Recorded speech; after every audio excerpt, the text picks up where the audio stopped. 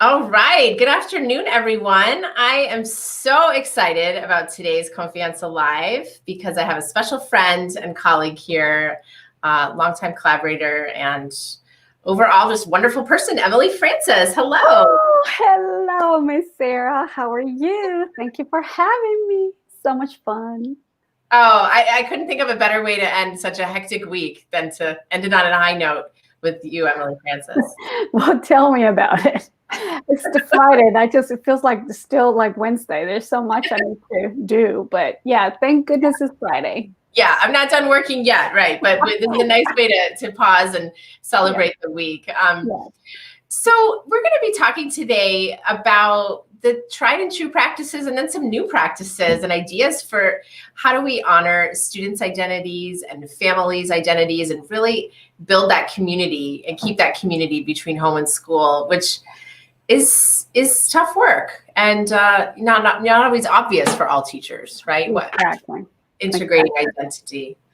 Why do you think, from your perspective, I know you and I have talked a lot about it. We go back many years. We've worked on the teaching channel project together, and you've done some work with us in the field. That's how we met. Yes, that's how we met. Yes, I submitted a proposal thinking, I don't think I'm gonna get in, but you and what was his name, Paul, read through my proposal and saw potential, and you guys gave me an opportunity. So going back to identity, I think identity goes tied in with potential. What students are capable to do is tied into their identity.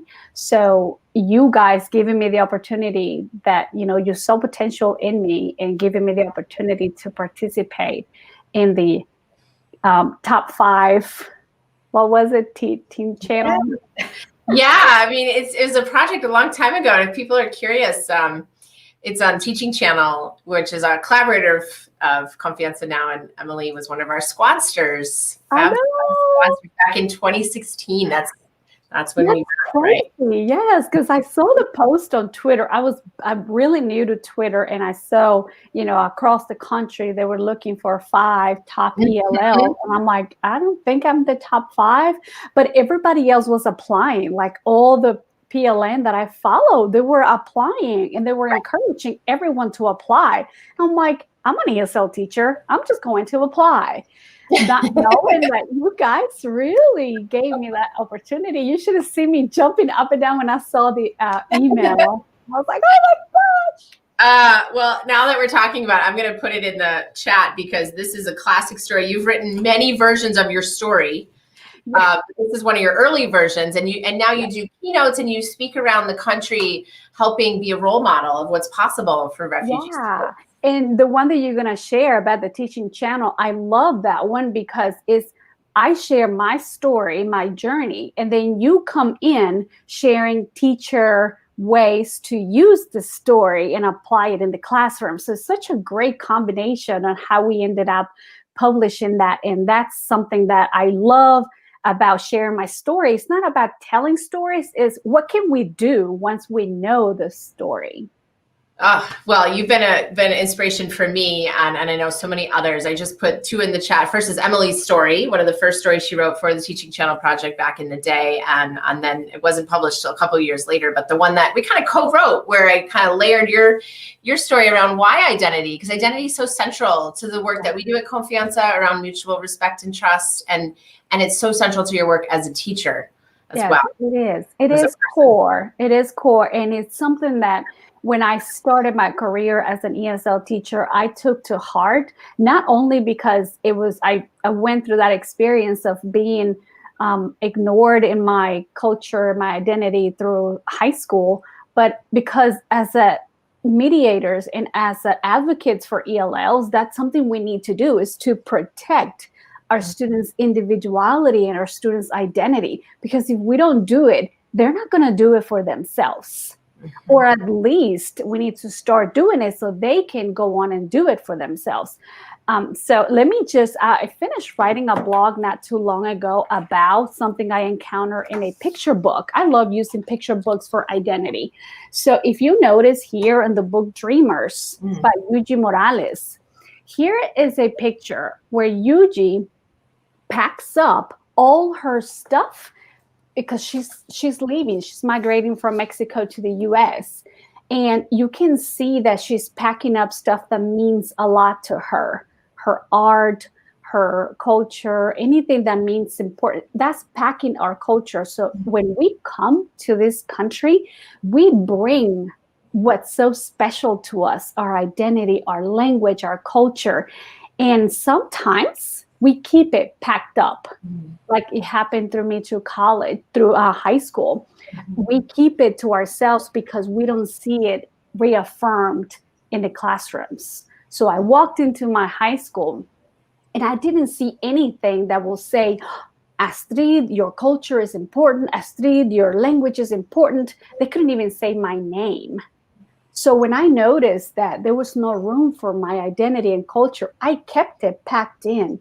And I think that's the worst thing that we can do for our students. The students need to unpack that identity, unpack that culture, feel like they belong, feel like they're important and they're part of the room and the school and the culture and everything else that surrounds them.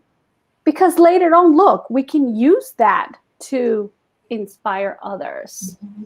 It's great. And it's really about students being part of the community, students feeling included, students being truly engaged as opposed to being an empty vessel or checking off boxes around just standards. It's really, who are the kids and how do we bring them into the classroom? I know. It's about seeing the potential. It's about seeing beyond. It's asking questions. Bottom line, asking questions, because in order for you to find out potential, in order for you to find out culture and identity, you have to ask. So don't be scared of asking, where are you from? What languages do you speak? What are your holidays? What do you observe? Those kind of questions, I think students are going to be open to be able to answer. And that's going to lead to be able to find students' potential in the classroom.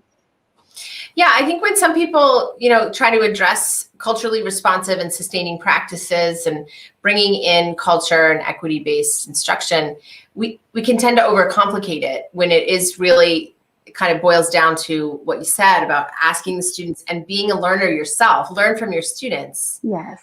And bring them in.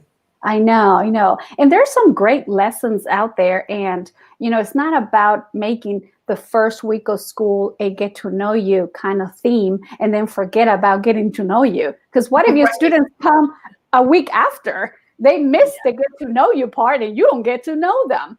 So it needs to be embedded in the curriculum all year long and every day, seeing students eye to eye and making sure that they feel like they belong and just making sure that they feel comfortable. And I mean, that's it. It's all year long. It's not just a specific time of the year.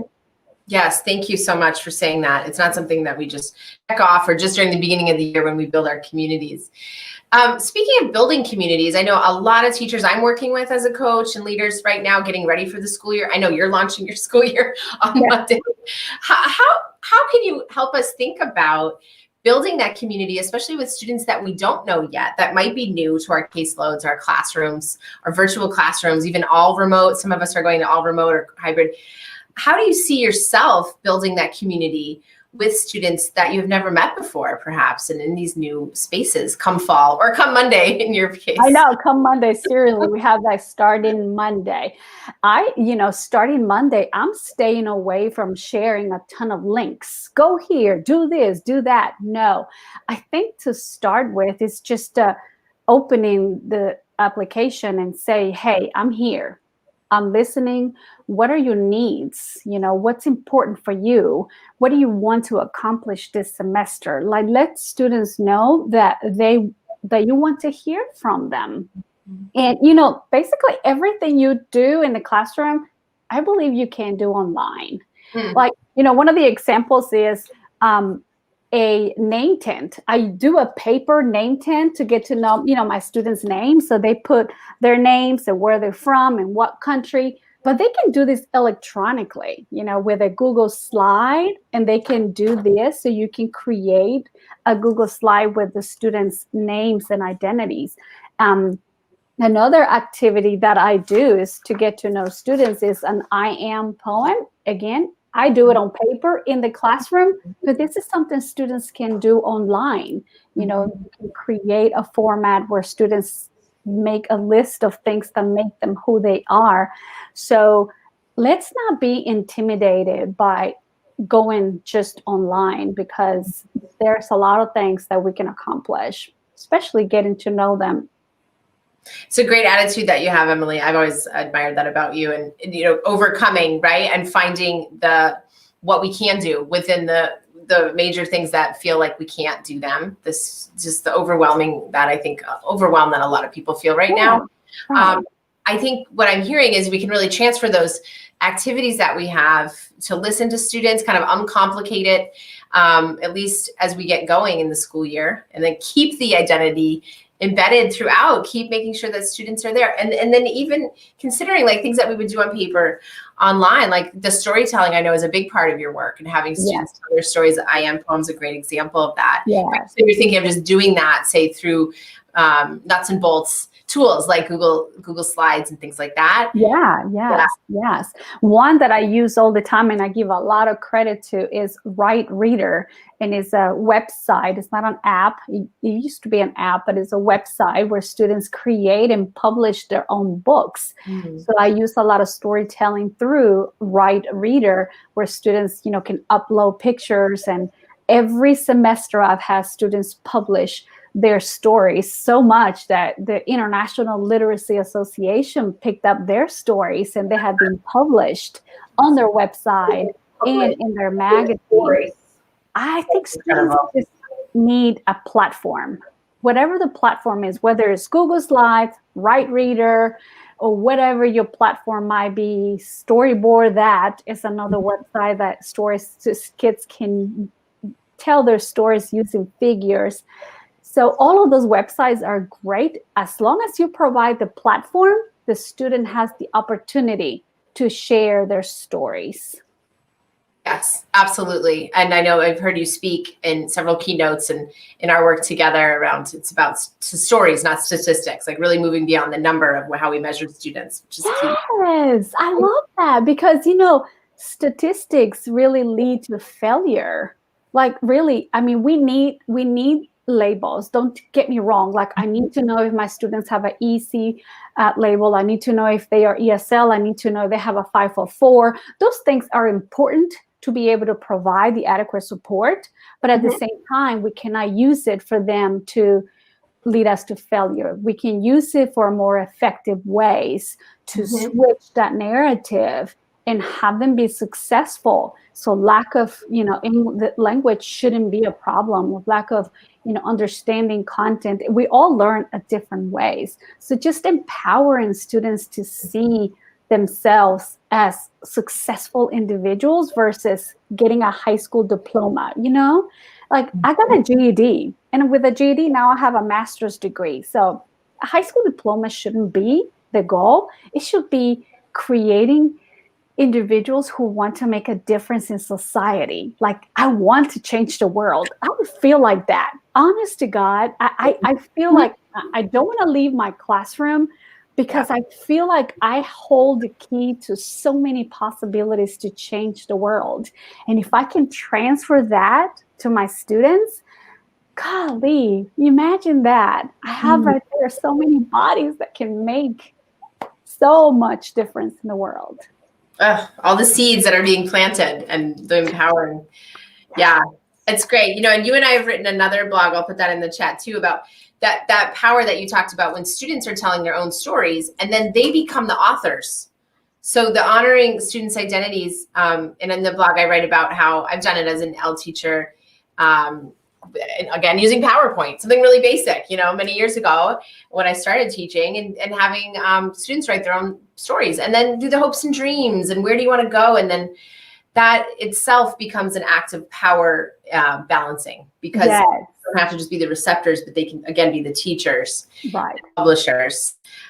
So exciting. And, you know, in order for students to see that they can be the authors of their own story, you have to make them understand that their stories matter. Another book I use to bring that out for my students is The Day You Begin by Jacqueline Woodson.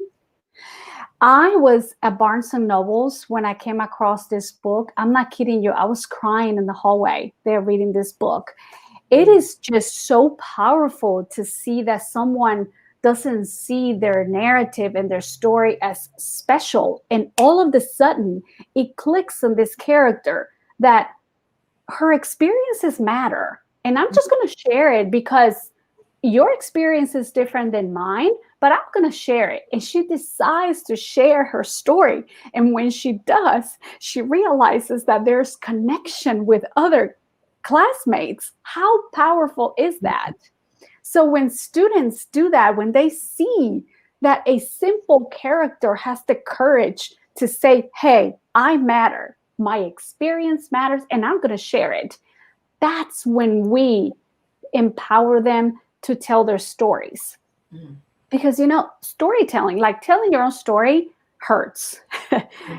Depending on your experiences, reliving certain events or certain things that you went through kind of brings that, to life again, and it hurts a little bit. But I see it as a healing process too. So you've heard me say that in several keynotes, that I don't put my students against the wall and say, tell me your story. I use literature and I use content for them to say, hey, I lived that. I can tell my story as well. So again, doesn't have to be at the beginning of the year. It's all throughout your semester, throughout the year. Find opportunities for them to share their stories and switch that personal narrative. It's amazing. And that's connection between reading and writing. I know in the blog that I was just talking about, you and I both talked about that, like the literacy, the power of literacy to both be a mirror window. And then also that sliding glass door of, like you just said, how do I find myself in that? Even if it's not my own culture, because that's really the power of what we all have in common is certain challenges, right? Universal hopes, universal dreams, common threads with our families and our experiences. So literature can be so powerful for that. And then speaking of seeing ourselves and how our experiences matter, how we want to have our students' experiences matter, families matter. And especially now with all that's going on, I know talking every day, and I know you're living it, about how are families getting the updates on what's happening at schools and what's their role. I mean, gosh, that's a whole other layer, isn't it, about honoring their identities and bringing them into the process of school. Right. And I think that's another hat that we wear as advocates for ELLs, is not just a student, but also a relationship with parents, because we need to work on that. I think, especially in the Latino culture, they see us up in a pedestal and they do everything that we want to do. And they think that we are right in everything and they honor everything we say. But at the same time, I really think there needs to be a balance where parents see us as equal to support their kids. So I do work a lot with some parents. It's very easy for them to get involved and participate in school activities. For some others, it's very difficult. Like my mother, for example, she was a single mom with 5 children she had to feed. She had to provide shelter. So she couldn't go to any after school events or, open houses or anything like that. I don't blame her. But at the same time, I wished the school would have found ways to reach out in other ways so she can feel like whatever she was doing, putting, bread on the table, it's family engagement. A parent bringing me a pencil and notebook is engagement.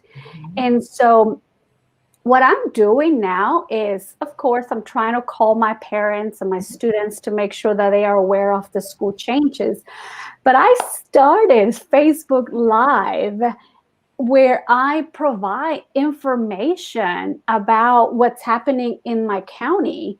And, it's, yo saludo, hola mi gente, so they know that it's from heart to heart, from friend to friend, to say, hey, we're here to help you. Here's the information. And I try to do all of that in Spanish because, most of my ELL families are Latino families.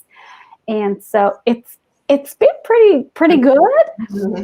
If I could just share one successful story, and if that's the only successful story I share, I think I've done it.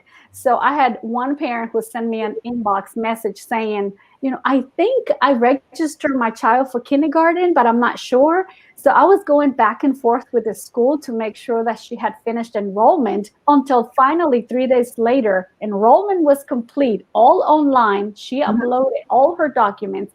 And the next day she was at school picking up a Chromebook and everything she needed for her school.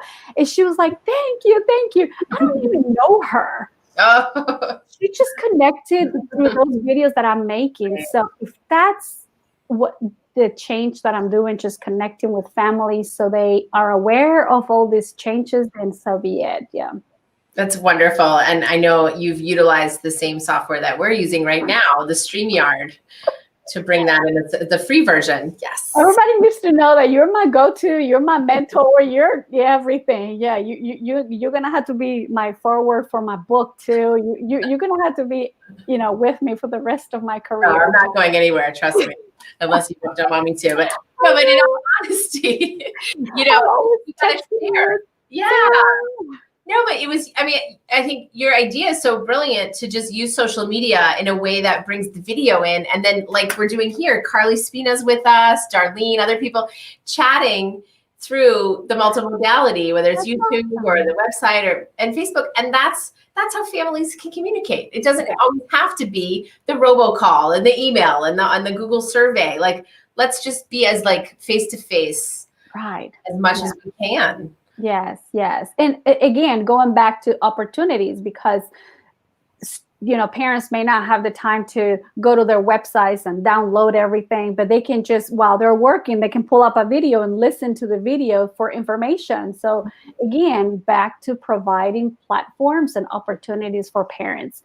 I shared a document that had written information, and the next day I read it out loud, because I know I have families that it is difficult for them to read even in their native language. So, but they can hear it. They can hear the message.